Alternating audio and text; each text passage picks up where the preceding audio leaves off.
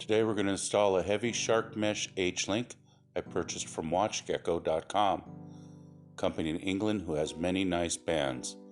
We're going to take this nice automatic Invicta that I put a cheesy cheap rubber quick release band on.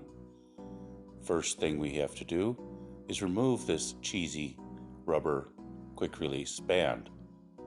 It's pretty simple. The quick release is nice.